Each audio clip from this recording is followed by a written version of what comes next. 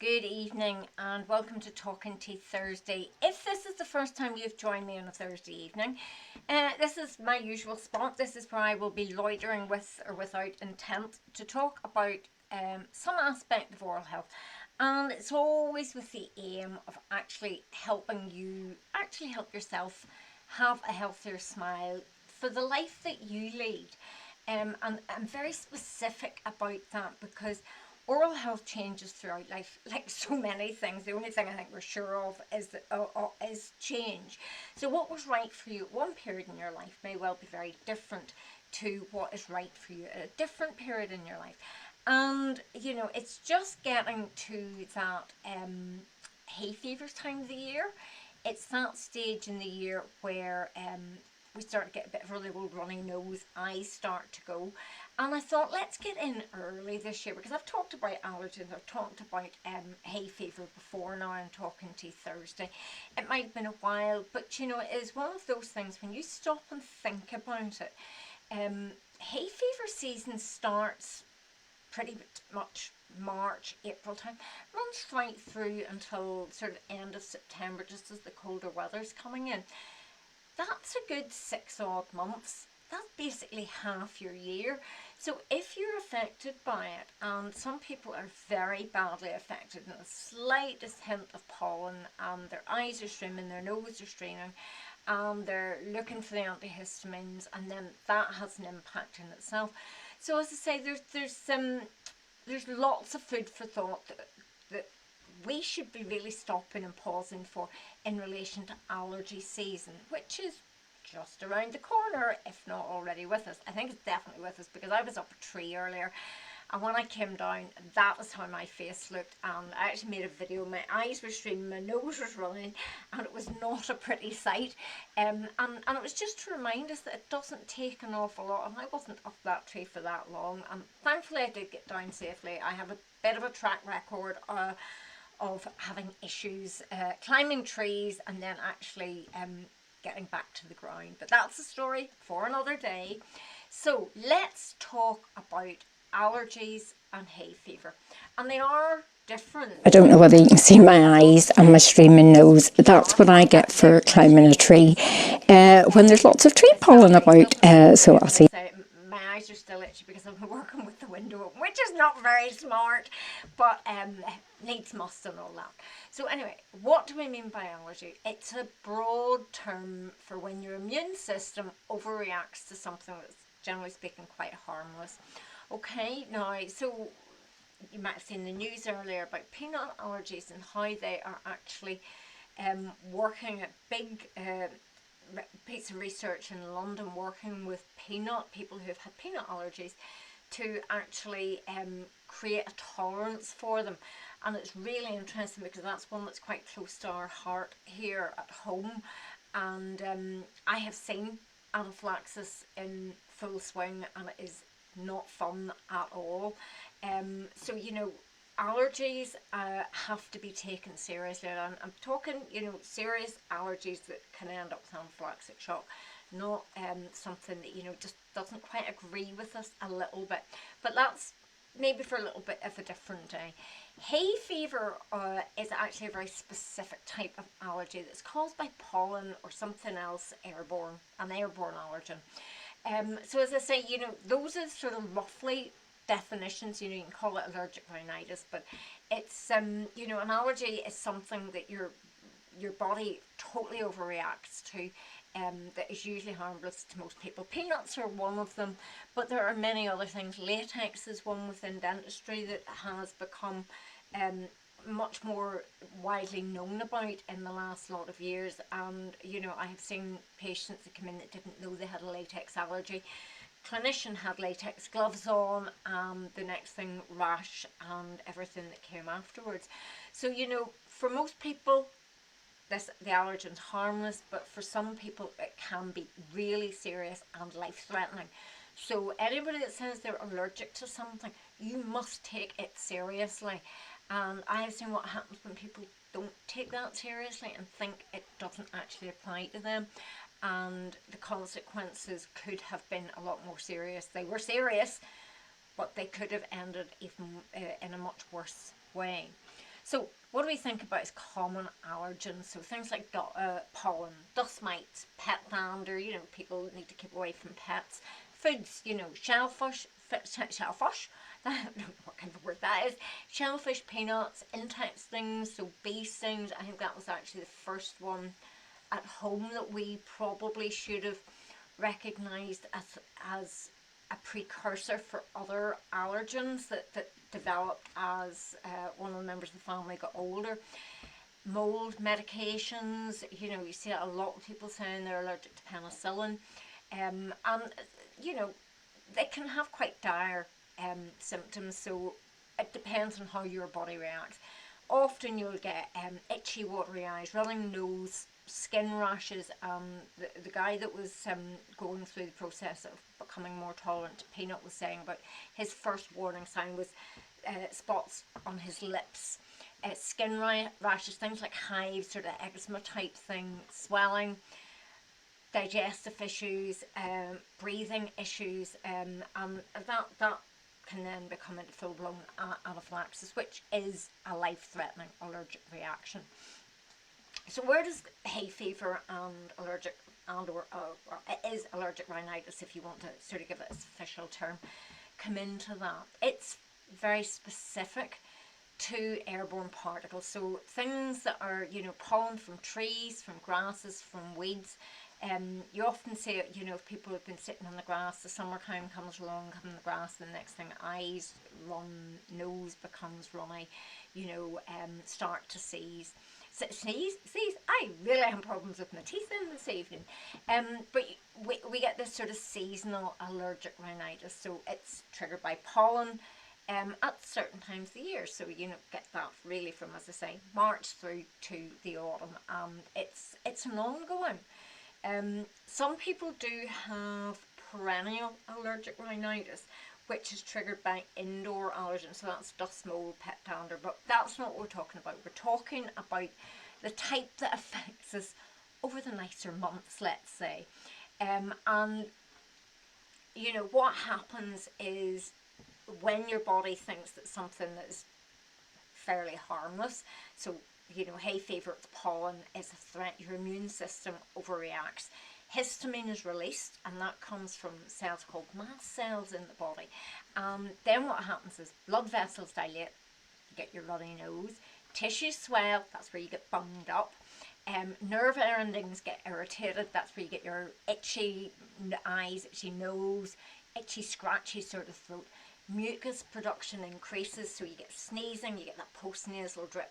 So basically, it's histamine being triggered by pollen, that allergen, that causes most of the really annoying, very frustrating hay fever symptoms. And it's one of those things, some people have it lifelong, some people develop it, some people manage to control it. It is an ongoing problem. But I had a little look at it in relation to the UK, because I think I'm certainly more aware of more people not becoming allergic, but seem to have allergic challenges. Don't know if that's a term, I've just made that up. But for some general reason, there's more people with allergic reactions to pollen. Same things go worldwide, but there are a few UK specific factors that make it particularly common or annoying. So, pollen from native plants. So these are just a couple of the pollen calendars that are available. One on one side is the Met Offices, which tends to be the one I look at. Then you've got the Haymax pollen map, which for today, so it's quite good. Northern Ireland quite low, but you can see actually certain parts of Wales and the southwest of England actually high pollen count. And it's only sort of mid-late April, so that does not augur well for people getting through the summer. But main reasons for people getting hay fever, UK has a lot of grasses, trees, birch, oak and plane in particular, lots of weeds, nettles, my pet hate, and things like mugwort, and they release pollen at different times of the year. So this time of the year we get the tree pollen, We then, over the summer, we've got the grass pollen, and then later in the year, it's the weed pollen. So the thing that triggers most people tends to be the grass, especially late spring, early summer. The other thing that we have in the UK is we have a very mild, very damp climate, just in case you haven't noticed. Yeah, rain, and more rain, and it never gets really cold, it never seems to get really hot. Not in our neck of the woods anyway. But the UK's climate actually supports long growing seasons. So that means pollen is released over several months. And that's what I'm saying, you know, you're talking the guts of half a year. So it's basically half a year that you may have to manage hay fever symptoms. And, you know, if you're having anything else that was affecting your health for 6 months, you know, you would really think seriously about it. And hay fever does impact your oral health. And I'm going to come on and talk a little bit more about that. So what else about the UK in particular? Well, we've got a lot of people living in urban populations. So air pollution in cities can make hay fever worse. Those pollutants just irritate the airways, and they also help particles, the pollen particles, to stay in the air for longer, and that can make them more allergenic. So say, you know, you've got high urban population, and that's where, you know, it just contributes to the pollen particles hanging around a bit longer. Some people have a genetic predisposition. So if your parents have hay fever, good chance you're probably going to have it. So you know, we can blame a lot on genetics and family history, but there's no doubt it does tend to run in families. The other thing that I think is interesting that you may not have thought of is climate change. So we've got rising pollen levels due to climate change. So we've got warmer temperatures, warmer CO2 levels, and that can lead to longer pollen seasons and more potent pollen. And we're definitely feeling that in the UK. So, you know, there's a number of contributing factors that actually aid the whole issue of allergies and what it is doing to us. So, what has that got to do with your mouth, you may well ask? Now, just give me one wee second because I just want to check something, because, of course, me being me, I am in awkward places, which is not unusual for me. So, what you need to watch out for if you suffer from hay fever these are the most common things that you need to look out for. Sticky, dry feeling in your mouth, so your mouth feels a bit dry. You might have cracked, dry lips, little corners of your mouth.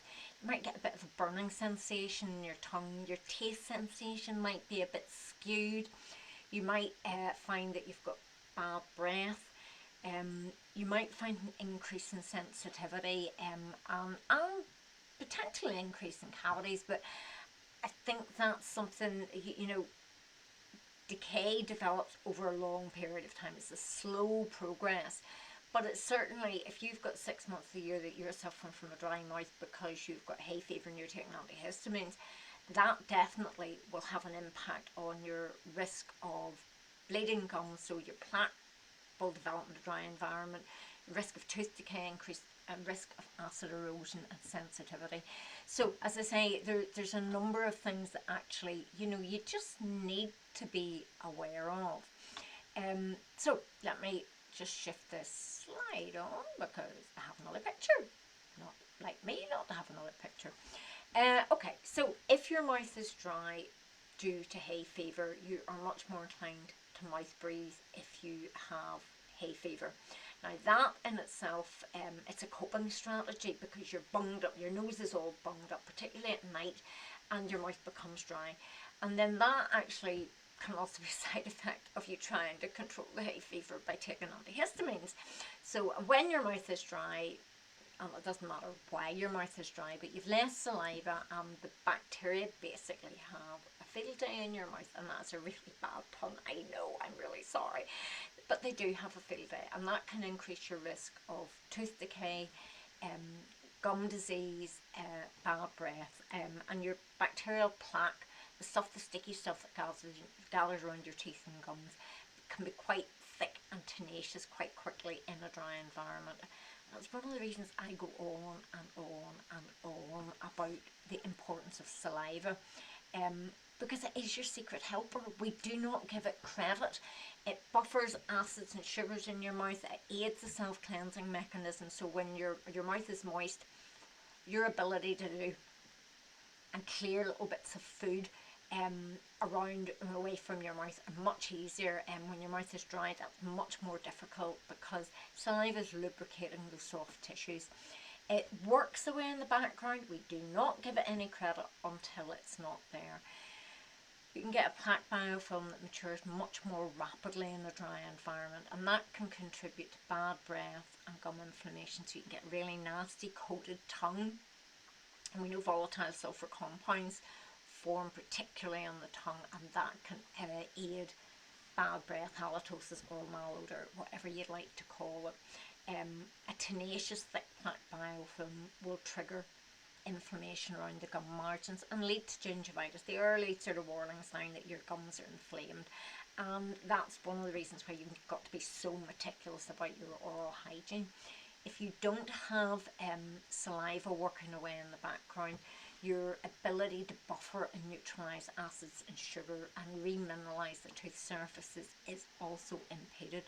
So, you know, those all are affected by your hay fever, because the consequences is a dry mouth, and if you treat the antihistamines, that can exacerbate the dryness.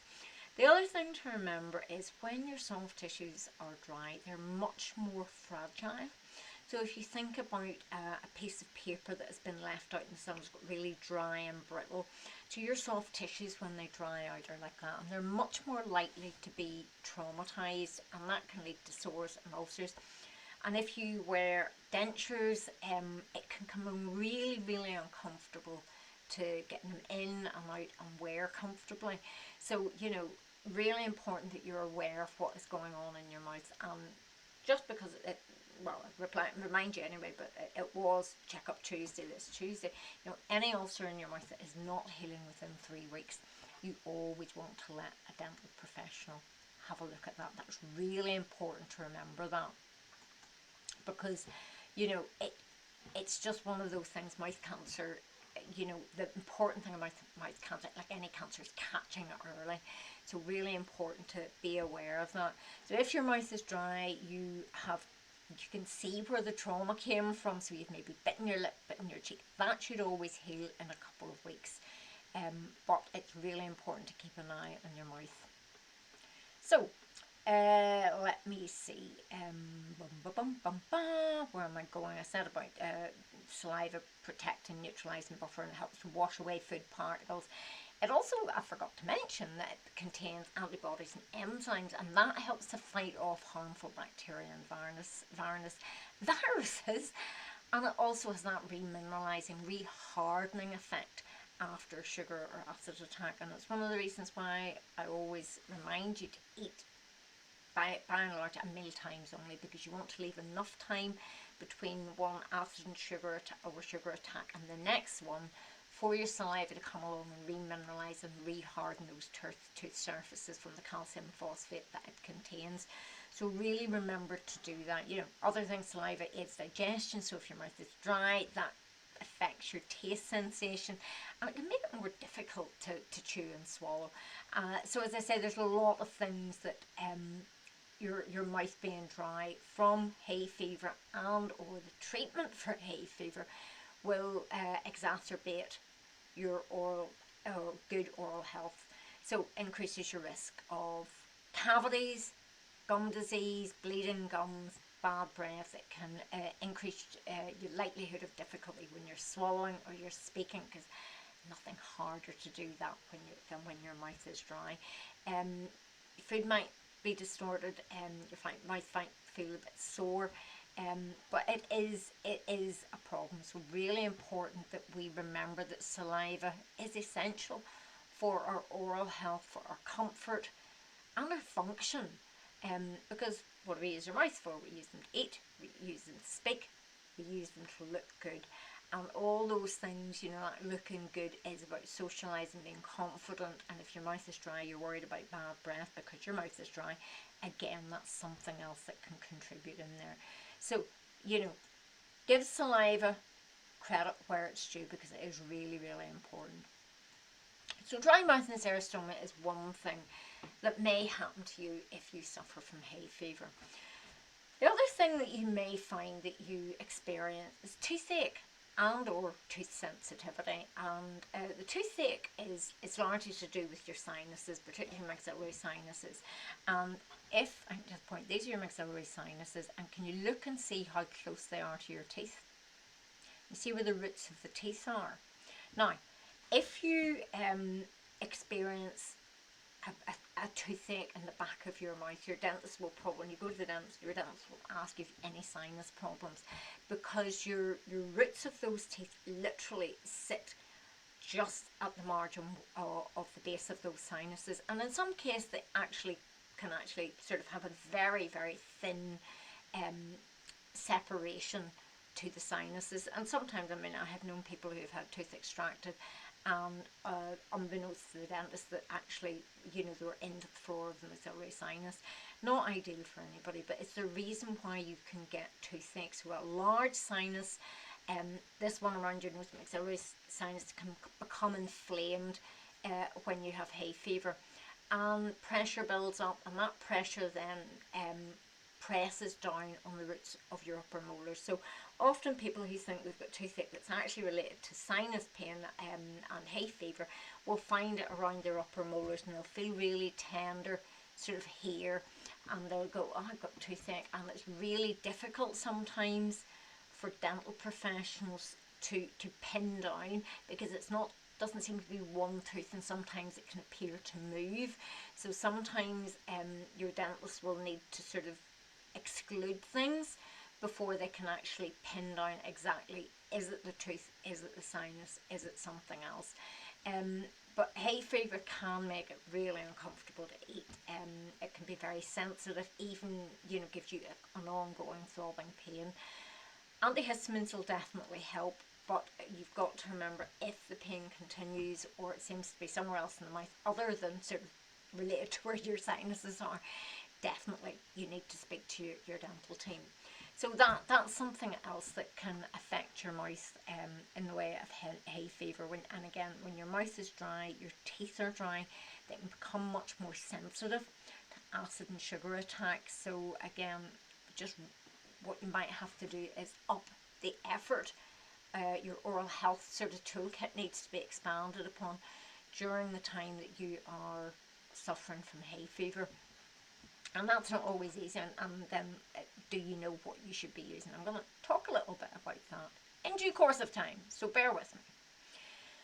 The other thing that can be really annoying when you have hay fever is postnasal drip. Now, it's not the only reason people get postnasal drip, but it's one of the most common reasons. Your throat can feel really scratchy, can feel a bit sore, can feel a bit tight, and it's often caused by this postnasal drip. Again, your dental team are really well placed to spot a postnasal drip because of the angle that your head is at when they're looking at your teeth. Postnasal drip can give you a really nasty bad breath. Often you see it with kids who are mouth breathing at night and are stuffed up and bunged, and they've got really nasty bad breath first thing in the morning. So what can you do about it? Warm saltwater sinus rinse, gargle. I'm a big fan of Manel Med rinse. You can get, there's actually a teapot, believe it or not, but that would be my go-to when my sinuses need a little bit of the old pushing out. It is a weird sensation if you have never used a nasal rinse. It does take a little getting used to, but it can be really effective. The other thing that's worth considering are xylitol products. And again, there's some xylitol sprays, there's an X-Clear spray, but there are a number of different xylitol products that actually are available to help manage postnasal drip and discomfort in your mouth. So those are sort of the most common things that that hay fever can impact your mouth. So it's always worth being aware. Now, a little bit just about the do's and don'ts. This is actually from the Health Service, the NHS website. And those of you who've been here before know I'm a big fan of, you know, if you want to know something health related, always go to the Health Service website. The NHS website, it's updated regularly. You can see when it's been edited, you can see when it's been updated, and it's evidence based. So it's always a good starting point. Now, they suggest putting petroleum jelly underneath your nostrils, and that can trap the pollen. Now, I have done that when I've been out cutting the grass, and I'm a big fan of the strimmer. I love a strimmer. Don't give me a lawnmower, but I love a strimmer. Don't ask me. And I would put a wee smear of Vaseline just underneath my lips because it traps the pollen. Wear wraparound sunglasses. You can put a mask on as well. You can stop a big hat on, stop the pollen getting into your nose and eyes. And I often find if it gets into your hair, which with me and a strimmer, often I end up having more grass in my hair than anywhere else, then you're bringing it into the house with you. So when you come in, if you have been out in the garden, if you've been cutting grass, doing that sort of thing where you're likely to have been in contact with a lot of pollen, take a shower, change your clothes after you've been outside, wash the pollen off. I actually leave the clothes I cut grass out, and not outside, but outside in the shed, so I'm not bringing them into the house because I know it's just only going to aggravate me. I do recommend keeping doors and windows shut as much as possible. I love a bit of fresh air circulating, so I'm not a big fan, and I don't really do that much as I think if I probably got that bad I would. And I'm not a major hay fever sufferer. Damp dust, can't beat a bit of damp dust in, that just keeps dust mites and things down, and make sure you're vacuuming regularly. It makes sense. You know, you can use things like air vents in your car, pollen filters in your air vents, HEPA filters in your vacuum cleaners. So there are other things you can do. What do they recommend you don't do? Some of the things that I do anyway. Do not cut grass or walk on the grass. All those signs that used to say don't walk on grass, I'm sure it wasn't because people were suffering from hay fever, but it's not a good idea. If you have severe hay fever, if you have hay fever and it's causing you problems because it can really impact your quality of life, just don't walk on the grass. Try and avoid spending too much time outdoors. Much as I love fresh flowers, not in the house if you're a serious hay fever sufferer. Don't smoke, be around smoke. It makes your symptoms worse, and again that can be second-hand smoke. Don't dry your clothes outside. Again, I actually love getting my clothes lined. So you know, it's like a lot of things in life. It's about that balance, about the pros and the cons, and you know how much you know, it is actually causing you a problem. If you dry your clothes outside, it can catch pollen, and then that brings it into the house. The other thing is keeping pets outside, because they will carry pollen indoors, and it's often why you see people who have allergies do not have pets, and we see these dogs that are now allergy friendly dogs. I think that's the right term. That they don't molt, that they don't shed hair. So just some of the things that from a point of view of managing hay fever is a good thing. You know, propping yourself up at night in bed can be really useful. So, you know, keep your head elevated at night. A couple of big pillows, prop them up, cross them over like that, and that'll just keep your head upright. And that can help to reduce your postnasal drip overnight. And that then can help with throat irritation, that your throat's not just as scratchy. Drink water. I mean, hydration is so important with hay fever, because the dry mouth, in my mind, is probably the biggest downside of hay fever, and the biggest consequence from the point of view of oral health, because if your mouth is dry, it just then becomes a bit of a domino effect of other things that actually can contribute to poor oral health. I just had to get my eat well, clean well, be well, you know, still come in there. So eat a healthy diet, clean, be meticulous about your oral hygiene, and keep well, manage your symptoms. Do the things that you can to avoid the triggers of the allergens of the pollen. Give me 1 wee second. I just want to check that we're doing what we should be doing as and when we should be doing it, which is not always something I'm good at. So if you have hay fever, what do you actually do about it? Yes, you can go to your GP. Not necessarily going to be your first port of call. Your first port of call generally, in my mind, and in most people will say pharmacy first. And I think pharmacy, and speak to the pharmacist, ask them for what they recommend, because you can describe your symptoms. What you will find with some local pharmacists, and I haven't tested this one for a while, but I know when the kids were at home, one of our local pharmacists used to have a little tiny little bottle that was for managing hay fever for our local pollens, and it worked. So that might be worth investigating with your local pharmacist, but there's no point in getting it 50 or 60 miles away, you know, because that local pollen's maybe not going to be your pollen, if that makes sense. But there are quite a lot of things that are available. So antihistamines tends to be the one that most people will go for. That helps with sneezing, helps with the runny nose, helps with the itchy eyes. Dry mouth is the biggest issue with it, because you've got less saliva, and then you're back to your higher risk of decay, bad breath, gum irritation. What you want to do then is drink plenty of water, suck sugar-free lozenges, mints, xylitol, brilliant. All the Dr. John's range, absolutely perfect. Dr. Hef's mints, absolutely brilliant. You know, anything with xylitol and erythritol. You want to avoid caffeine, because that only dries you out more. So again, it's just managing the symptoms, and if you're using any of these products, managing the side effects that actually will contribute to poor oral health. Decongestants can be really effective, and that helps with your stuffy nose, and it helps your sinus pressure. But again, causes dry mouth, and that in some cases, some people will find some of those actually can find a bit of heart rate increase and higher blood pressure.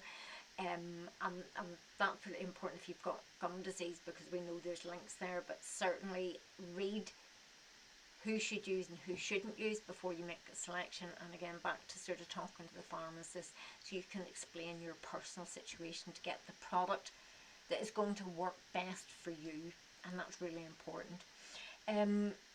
You may want to then look at using a saliva substitute spray or a rinse or a gel. And I mean, we have a load of different dry mouth products on the website, and I think with dry mouth, what works for one person may not work for another, both in its form of delivery and actually in the ingredients. So some people will want a gel that they can rub on. Now, most effective way of actually getting the best out of dry mouth gel is actually massaging it. And if you don't want to do it with a clean finger, you know, use one of the Orly 360 brushes and massage it in. You know, there's some really good products. Dry cracked lips, Orly have a really lovely lip balm which will last for ages. So use that. Ultradex spray, great if you're concerned about bad breath, because it just absolutely zaps the volatile sulfur compounds. A couple of dry mouth sprays. Dr. Hef mint, really easy to have in your bag. So, you know, using something like that to counteract the side effects of whatever you're using to manage your hay fever. Chewing sugar-free chewing gum, that helps to stimulate and boost saliva flow. You do need to keep chewing it for a fair wee bit of time, not just for the 2 minutes that you can taste the flavour. So then you've got things like nasal sprays, and again, there's many of those. I literally just pulled a few products. There's so many options for all sorts of products for hay fever here, but these are just some of them. But what the nasal sprays do is it actually helps with nasal inflammation and congestion. So if you're bunged up, they can be really useful there. Downside, they can cause your throat to be really dry. They can be a little bit irritating for some people. Some people even find if they're using them long term that it will develop oral thrush with them. So again, one of those things, risk benefit, make sure you're going to get the benefits without any of the negative downside. But you know, if you think you're concerned with oral thrush, so if you've got dentures, something like that, meticulous oral hygiene and really up your mouth cleaning will help to counteract that. Rinsing your mouth or gargling after using any particular steroid sprays can really help to prevent irritation. So even just warm salty mouthwash, gargle with that. Other things to sort of benefit your oral health, using, adding an appropriate mouth rinse to your current oral hygiene kit during the period that you have, the months that you have hay fever, or when it's particularly bad, it's going to cause you irritation most. And just having those things in your home that you can access. So alcohol-free fluoride mouth rinse, because alcohol will have a drying effect, and being able to rinse after you've used some of these products that are drying you out terribly. Another one, allergy eye drops, and again, you don't often think about the optician, but when I was doing some reading, as I always do, in preparation for Talking Teeth Thursday, I think it's the Association of Optometrists, Dispensing Optometrists, and I've got the link at the end here, have a very nice infographic about why you might want to touch base with your optometrist or your optician when you have hay fever, and it makes total sense, because they're the ones that again can match products for your dry eyes. I mean, this is Hyco's my go-to, so it's finding something that's going to work for you from the people who know best.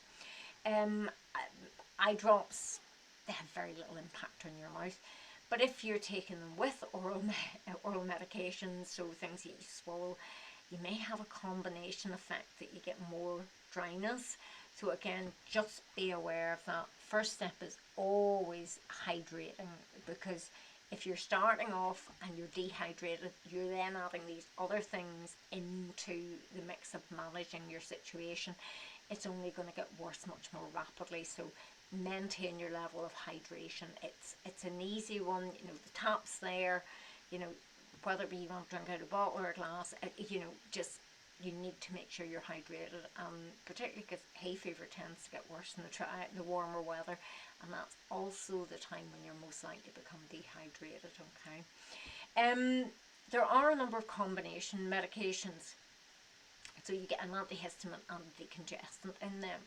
Now, you get a double whammy with these as far as your dry mouth goes, so you need to be really, really tuned in to changes in your mouth, whether it be sensitivity, bleeding gums. You might want to make sure you see your dental hygienist just for monitoring over that period. So maybe when you're going for your oral health review, that you make sure it's sort of middle of allergy season, so you can talk to them. And it's one of those things that's really important to tell your dental team, is that you do have allergies and you suffer from really severe hay fever, because again, they can give you advice. They might want to recommend a topical fluoride treatment, something like that. They may want to recommend a higher fluoride toothpaste for you, and or a mouth rinse, an appropriate mouth rinse, and whatever you're going to use, the best person to recommend is your dental team or your oral health coach, who knows you and knows your oral health situation. So just keep that in mind. So let's look a little bit about what your options are as far as your mouth care goes, because there are a lot. These are just some of the things that we actually have in the online shop. If your mouth is sore, if your gums are sensitive, use a softer toothbrush. Look for softer interdental brushes, or even a water flosser. Some people who've got very dry, very fragile, soft tissues, a water flosser can be really effective for them, because it moisturizes at the same time. You can use it with mouth rinse as well. I always say, use it with warm water, even if you don't suffer from sensitivity. I think cold water being fired around your teeth is enough of a shock to your system, so I always tend to suggest using warm water with that. You want high fluoride toothpaste, so something with 1450 parts per million fluoride, or something that's going to be as effective as that. Something really mild, so sodium lauryl sulfate free, so non-foaming sodium lauryl sulfate free, because that tends to aggravate sore mouths, sore soft tissues. Get into the habit of cleaning your tongue. clean it from the back forward. I have a couple of videos online. I'll put the links in afterwards for that. And definitely want to be considering some sort of dry mouth management, whether it be a gel, lozenges. You might want to look at something that's going to boost your remineralization. Particularly if you've only limited control of your diet and you're either tend to have or you have gastric reflux, because when you've got hay fever and your mouth is really dry, that can exacerbate gastric reflux. So you maybe want to look at the biosmalt of tooth mousse and toothpaste in combination, because that's an ACP combo that is these days it's just about my go-to combination. Get the toothpaste, get the tooth mousse, use them together for maximum benefit for prevention of cavities and acid erosion in tooth wear. Look at things like the Dr. John's Dream sweets and lollipops, because they've got calcium phosphate in them. Again, that's going to boost your remineralizing. You've got Curacet, which is a good alcohol-free fluoride mouth rinse. It can be used at different times of the day. Again, depends on your risk when you use it and how you use it. For some people it might be a dose that you use immediately after you brush, but again, it's the sort of thing that it's got to be a personalised thing. Xyli gel is the gel version of Xyli melts. Xyli melts, most of you will know about the little discs that you put up in your gum, and they release xylitol over a period of time. Again, if you've been here before, you know I'm a big fan of xylitol. But Xyli gel is the gel version, and it lasts a long time, and you can massage that in really effectively. It's great to stick in your bag and have when you're going out of your pocket, particularly if you are going to be out for a while. So those are just some of the things that you actually might want to consider. Now, I don't know why I've got one blank slide there, but we'll ignore that. So these were just some QR codes that I popped in that I thought might give you some direction for more information. Allergy UK, great website, lots of information from hay fever and any other types of allergies. The NHS one was the source for information. Your pollen forecast, that can be either Met Office, quite like the Met Offices because I like the colour coding, but that's maybe just me, my simplistic ways, but there are other ones that I've used there. That is the infographic from the opticians, and again QR code there, because it just makes quite interesting reading that I certainly haven't thought about, which I should have done, about visiting an optician when you have hay fever because of your dry eyes. Local pharmacies, pharmacy first, go and talk to them. I think I have hay fever. Get the most appropriate management system, get the things in your toolkit now so that you have them, because there's nothing worse than sort of getting halfway through your day and thinking, no, I should have gone and gotten. So get them sorted out, and keep in touch with your dental team. Make sure they know that you have hay fever. Even from this point of view of sort of, if you've got a postnasal drip, you're very congested, lying back in the dental chair might be a challenge. And if you want more advice, if you want more tips about looking after your oral health, please by all means contact us. That is what we're here for. We're here ultimately to help you help yourself. So these are the things that you do every single day at home, because when we stop and pause for thought, the most common dental diseases are preventable. It's tooth decay, gum disease, tooth wear, and mouth cancers. By and large, preventable. Okay, and the key is what you do every single day, not what the professionals do 3, 4, 5, times a year, every 6 months, whatever way you go to visit. They are the monitors of your mouth. They are the people that actually help you. They monitor your mouth. They fix things when it's gone wrong. They're able to pick things up really early to prevent it becoming a big problem. And prevention is always better than cure. And it's quite nice to take control of your oral health and feel, your smile is in your hands. So if we can help you help yourself, please by all means contact us.